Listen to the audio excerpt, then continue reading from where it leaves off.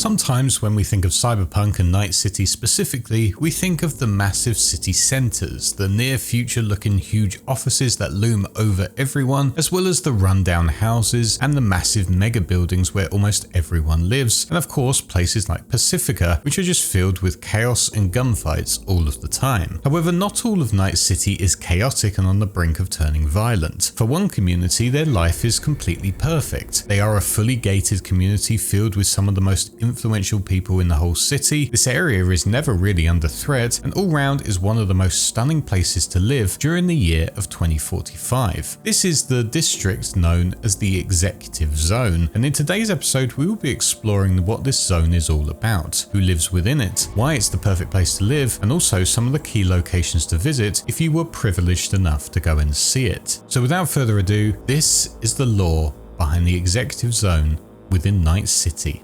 2045.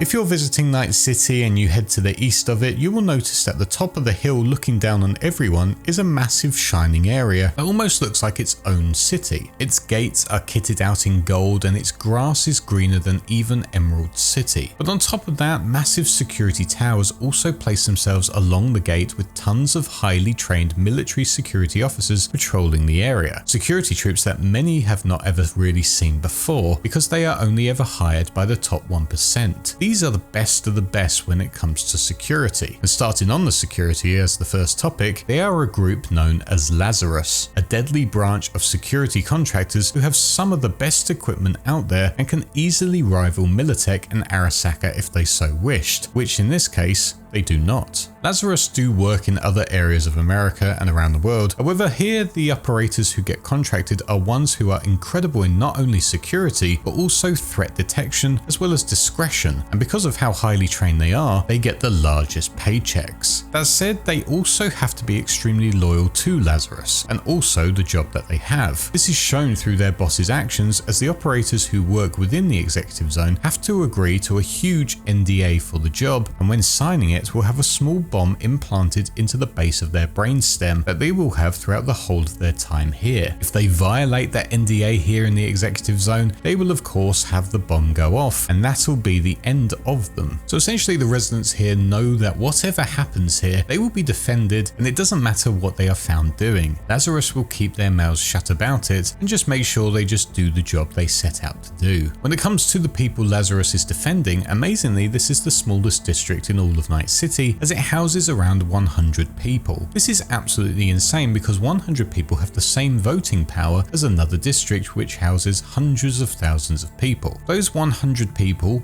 those rich 100 people, could completely vote against something extremely vital for the poor of the city, and it'll just be as effective as those thousands. In the eyes of the city council, they're a full district and their vote matters regardless of how many people are actually living within it. They also just have tons of power as well due to their wealth and inspiration, so most likely have swaying power within that said council. Living within these walls are, of course, as I just mentioned, the wealthy elite, the highest ranking citizens you could imagine, and you can probably picture what they look like as they pride themselves on living in this luxury gated community. But they aren't the only people who are in these walls on the day-to-day. The location also witnesses lots of interchangeable faceless labourers who work the area and do all of the things the actual residents do not want to do. I mean, at the end of the day, what ultra wealthy individual is going to want to clean their own home, trim their hedges and tidy their gardens, raise and care for their own children, supply themselves with drugs, or fix their city net connections if that goes down? Someone had to do those things, and so they hire these common Night City people to do it. Of course, like with Lazarus, this comes with a catch. Obviously, they can't live here because that would not go down well at all. So every single day, these workers will check in and out on an extremely strict schedule that they must abide to. When they check into the Executive Zone to work, they will be fitted with a chipped and locked anklet which tracks their every movement, sending that information directly to Lazarus on security. Once they leave for the day, that anklet will come off and they can carry on as normal. However, that's not to say that all of these workers come from outside. Some are allowed to actually live inside this zone as they get housed within their employer's house, almost like how it was back in the olden days with King kings and queens keeping their servants in their castles. But that said, despite having a bed within the executive zone, they are absolutely not considered a resident of this district, and that is made extra clear to them as they venture around the district, witnessing more and more things that are just so out of their league due to how extravagant it is. For those who are friends of someone within the district, as well as those who are a member of the country club, they will be allowed into the district without an anklet, but they will still have to sign in at the front gate to make sure they are counted for. When it comes to who actually runs this district, this is what makes this community so different to everything else within Night City. Of course, because of this being such a small group of people living here, they govern as if they were a small community and are ruled completely by a homeowners association, with the president of that organization being selected to be the city manager that represents all of them. Obviously, this means that every time an election comes up for this leadership role, many citizens of the executive zone put themselves forward for it, with lots wanting the role so that they can include their chosen corporation to be implemented into the community with things such as vendors used. But it's also an opportunity for them to dictate what topics are covered and what is going to be the vital theme of this zone. Because of how important this role is, it means that when elections do come up for the HOA, they can be some of the most brutal and hostile elections,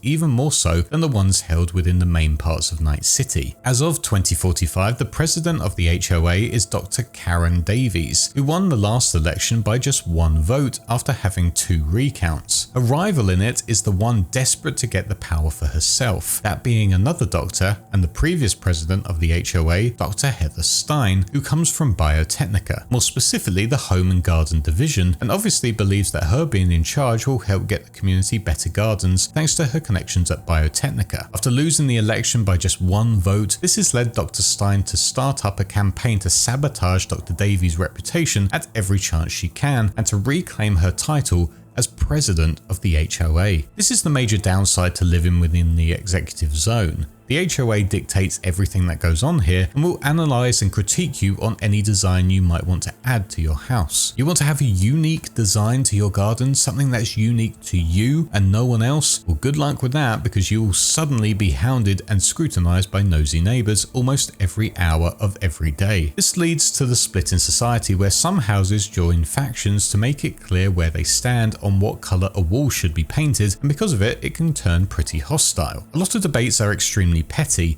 and take up far more time than they should, where most of the time it's things like some neighbors don't like a new AV landing pad being installed, or that it's too loud, or something like that. Not only that, but because this area is filled with the dirty rich, a lot of them are completely paranoid of anyone else around them and believe the world is trying to wipe them out. And that of course also affects HOA meetings and day-to-day interactions. One of the factions, known as the anti-Heather Stein faction, is actively trying to crack into the net, specifically for Biotechnica's real grass technology, and try to make it so that they can wither the neighborhood's grass and make it look below standard. If they successfully do this, it will ruin her reputation completely and will stop her from getting into power in the next election. Because of this, it is of course quietly backed by the current president, because obviously it benefits her a lot. Lots more things happen within the executive zone that are like this, as factions try their best to get their candidate in power or ruin another one's reputation. As of right now, no one has been killed by these attempts to shut down a rival, but tension seems to boil over more and more every election, so it's only a matter of time before someone does die. But overall, this is how the executive zone works. It's just a ton of corporate Karens nosing up their neighbors and complaining about everything from paint color to what decorative garden ornament works best. They're also heavily corporate backed, and that just makes living in this area an absolute nightmare. That said, it's not just homes. There are other landmarks within this area that you can go and see, and for the residents to spend time within. So let's explore them now.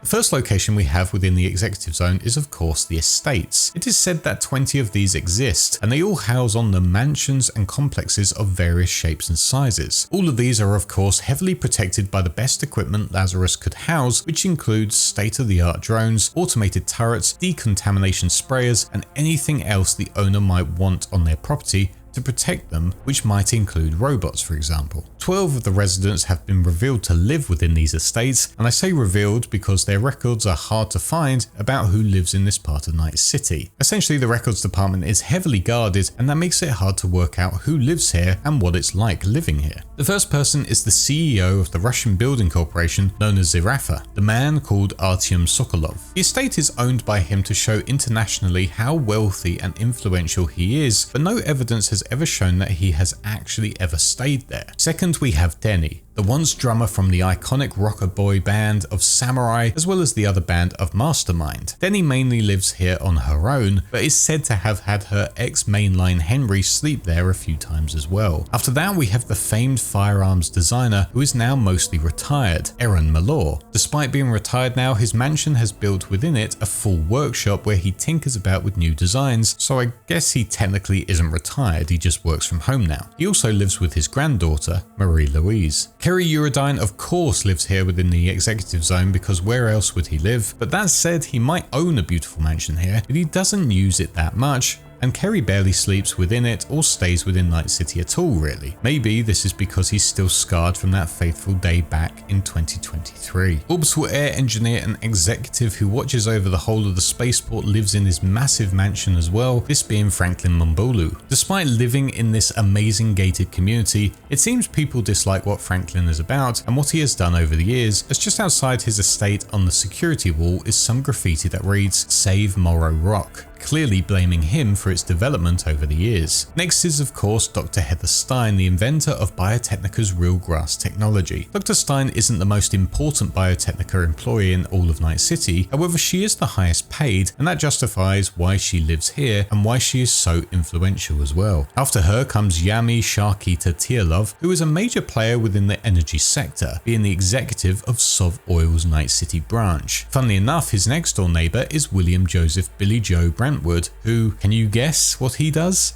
Yes, he is the exec of the Petrochem Night City branch. And if you don't understand why that's a funny thing, well, you need to look into the Second Corporate War, and then you'll understand why that's the thing. President of the HOA is next, Dr. Karen Davies, who is also the regional director of Polebud, which is a construction company that owns its own factory, mine, as well as an entire town just outside of Night City. There's not much to say about Dr. Davies' estate. It is perfect. And when I say perfect, I mean it fits all of the HOA guidelines to the letter. Nothing is out of place. Makiko Sanderson also lives within the estates here in the executive zone, being the founder and CEO of the Danger Gal faction. Michiko lives with her husband within her mansion, although it has one difference compared to all of the others. Here Michiko is not protected at all by Lazarus. Instead, Danger Gals protect it completely to show off the power that they have within the city, also because she trusts them more than Lazarus. Alongside Michiko is also Night City's most prominent high-end fixer, at least of 2045 anyway. Mr. Kernigan is the man you need to know to get anything you want in the executive zone, and he really can get you anything you want, which includes massive parties as well as long lost tech that hasn't been seen for decades. Whatever you come to him with, he will set out to get it fulfilled. And finally we have the estate which belongs to UR, the CEO of Ziggurat, a communications and data infrastructure corporation. UR keeps things a little different in their estate, as instead of regular servants doing all of their work, they instead use drones that are all linked to the most complex and elaborate net architecture, clearly showing off the power of what their corporation can do within Night City.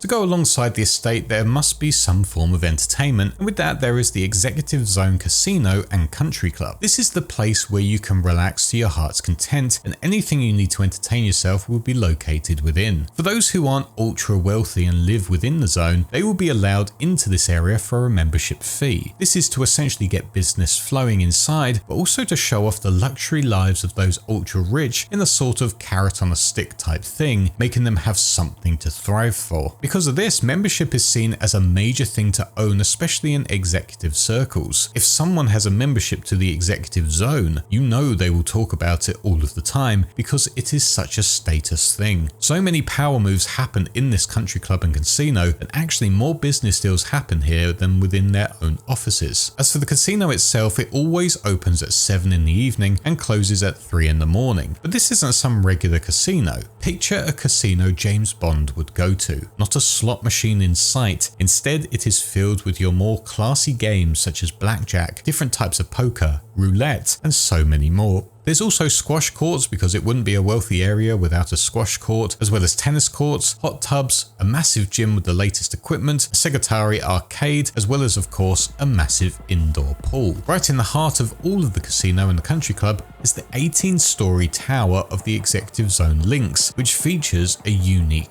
golf course. Every single floor of this tower has a different hole with different hazards in it, which include sand traps, water hazards, and various lengths of Biotechnica's real grass technology. As for food, the club features the restaurant Zest, which is Asian fusion inspired, and of course makes sure it serves all of its food completely fresh. As for drinks, the bar known as the Sea Cliff is the most popular, as it serves a drink known as the Dragon's Horn cocktail, which will set you back 100 eddies per drink. No one really knows what the secret ingredient is within this drink. Maybe it's just plain ordinary children's cough syrup. Nothing but plain ordinary over-the-counter children's cough syrup.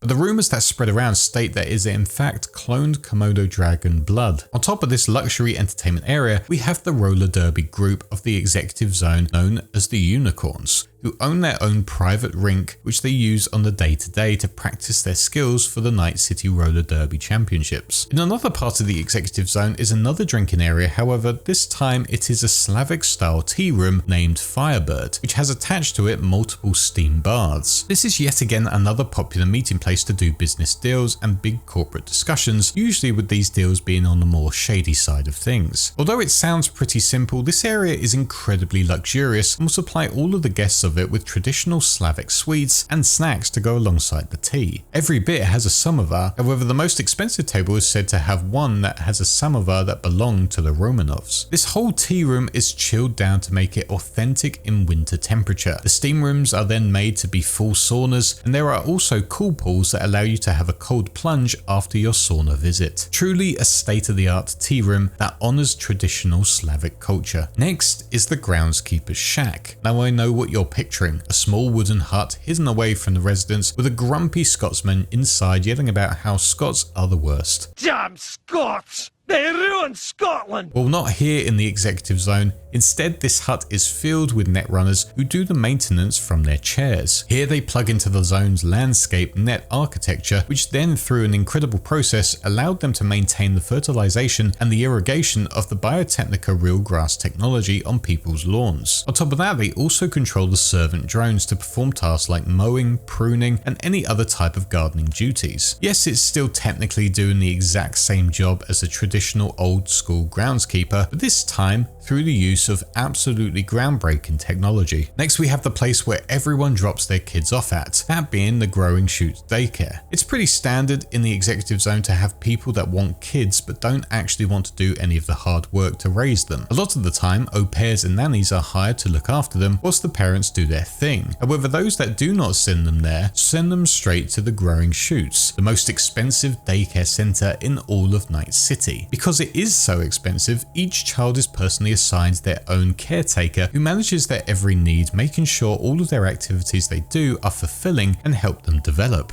These activities will focus on stimulating the brain, keeping them healthy, and also helping them manage their emotions as well. Every part of the day is filled with these things because sadly for the children attending, free play is strictly forbidden. Because this is of course children's safety, Lazarus keeps the daycare on full security lock, making sure they keep an eye on who the children interact with and having extensive identity checks with people picking up the children to make sure they do not go off with strangers. With that all said, there have been 3 attempted kidnappings in recent history, however thanks to Lazarus they were not successful, so not only is it the most expensive daycare in Night City, it's 100% the safest as well. It wouldn't be a proper community without an HOA office, and the Executive Zone certainly has one of those, and as you can imagine, they are extremely prestigious and follow the rules to the letter. Inside there is of course a meeting room for the board, chambers for every single member, and a reception area that has become a place that houses at least one screaming argument once a day regarding things like property value. Every single document ever recorded is digitized and held here. That can be anything from contract work with laborers, voting records, dispute cases, you name it, it's all stored here. Because of how detailed and private these documents are, not Not only is Lazarus on security, but the HOA has also hired Ziggurat to custom design the facility's net architecture. Ultimately though, this building is a bureaucrat's wet dream and does everything perfectly and by their own rules. Of course. Speaking of Lazarus on security, they of course have their own base here in the executive zone as well, which is just named the Lazarus Base of Operations. Because this area is their biggest and most vital contract, it needs to make sure its best resources are located within it, and with that they have set up a small walled compound that looks like your standard army base of operations. This includes a barracks, a mess hall, training facilities, places to exercise, records room, an armory, AA guns just in case any AVs have any funny ideas, and of course a place for the officers. As mentioned earlier, these operators are some of the best in the business. However, one thing is different in this location. Here the operators are taught the proper etiquette and how to resolve conflicts in sensible ways. Records of who the residents are updated extremely regularly to make sure that they have every bit of information needed to deal with whatever they need, and to avoid long arguments because one of the operators forgot to fully address someone with the right title, like doctor, professor, or even sir or ma'am. Essentially, to me, this area is like dealing with the royal guards outside of Buckingham Palace. You just don't mess with them, and if you treat them with respect, they will do the same. N-Cart exists in Night City during this point in time as well, and is a popular mode of transportation, however not for the executive zone. That's too common for them, and instead they use a members-only private high-speed monorail system that goes between here and the other rich area of Charter Hill, and then after that travels to the specific corporate facilities that the residents might need to go to. Obviously, like all things corporate, the higher your rank is within that corporation,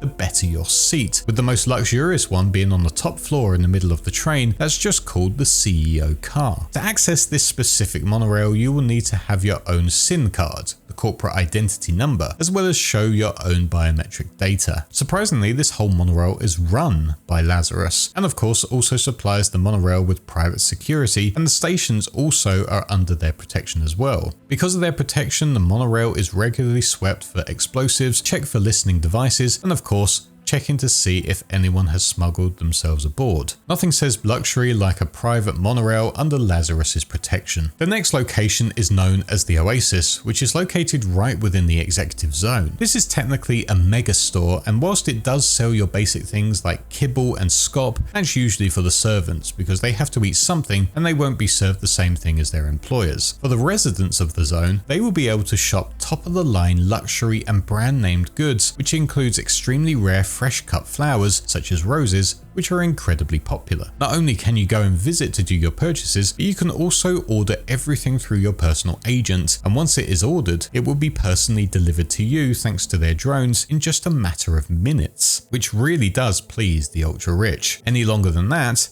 and they'll be incredibly annoyed. The Oasis doesn't really have many human employees, however. A lot of it is fully automated, but the human employees that are chosen to work here are extremely screened and vetted by the corporation Continental brands. This is because the year prior, one human who worked in HR allowed a passionate cyborg anarchist fan to work within the Oasis, and when they were here, figured out how to break out of their anklet and broke into the next location on our list, known as Puddleforge Games, and took multiple workers as hostages, demanding a resolution to several of the franchise's dangling plot threads. So because of that, the Oasis is a very cold automated location with few human workers. But for the residents of the zone, they get extremely quick luxury items, so isn't that really what matters at the end of the day? Speaking of Puddleforge Games, a lot do not really understand why it is located here, but it is, so there we go. This place was once a bookstore, but now has become a tabletop game publisher, which made its name thanks to the game franchise known as Cyborg Anarchist,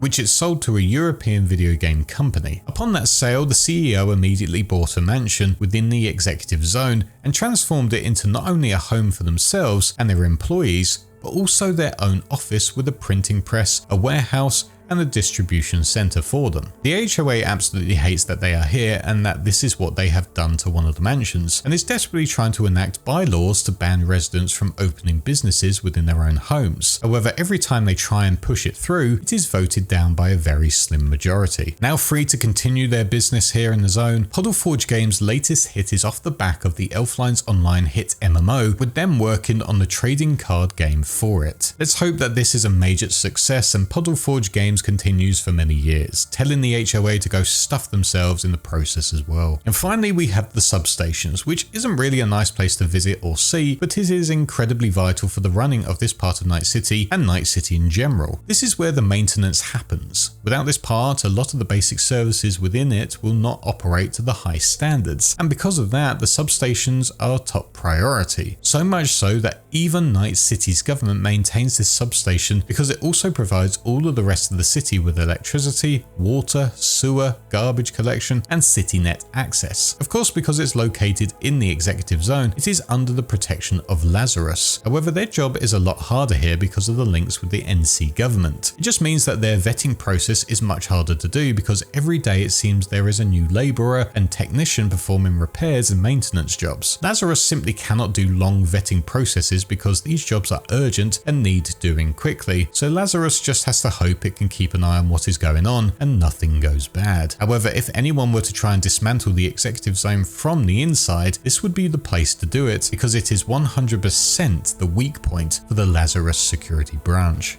And with that, that is what the executive zone is all about. It has some of the most luxurious places to see and be a part of. It is everything you can imagine from an ultra wealthy zone, and the houses are just so incredibly grand in scale. That said, living under an HOA isn't as glamorous as it sounds. Constant judgy neighbours means your individuality and identity can be constantly criticised, and tons of bylaws can be put into place to make sure you can't do a specific thing, and you just have to hope that people agree with you over the board. Say what you want about the rest of Night City, it might not be nice living next to someone who is blasting out old school punk rock all hours of the night, or someone who just likes to test their gun in their personal fire range. However, you do get the freedom of doing what you want in your apartment, and no one can really stop you, unless it's illegal of course. Under the HOA, loud music would be shut down immediately with a bylaw, and you'd have to find a way to satisfy your needs another way. If you can stomach living under a bunch of corporate owned Karens who want to just mold a neighborhood into what they want, then the executive